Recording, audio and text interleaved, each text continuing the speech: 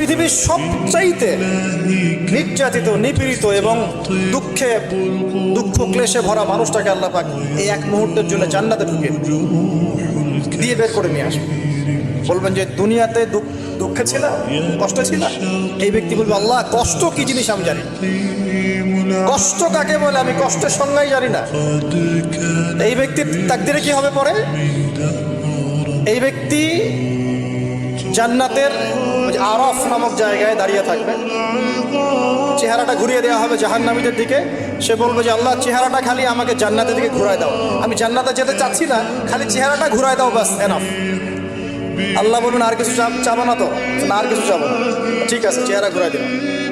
এবার চেহারা জান্নাতের দিকে ঘুরে আসে, জান্নাতের ঘ্রাণ, জান্নাতের নেয়ামতের স্নিগ্ধতা সব পাচ্ছে সে। এবার বলছে আল্লাহ শুধু দরজার কাছে নিয়ে যেয়ে রেখে দাও, ঢুকতে চাবো না।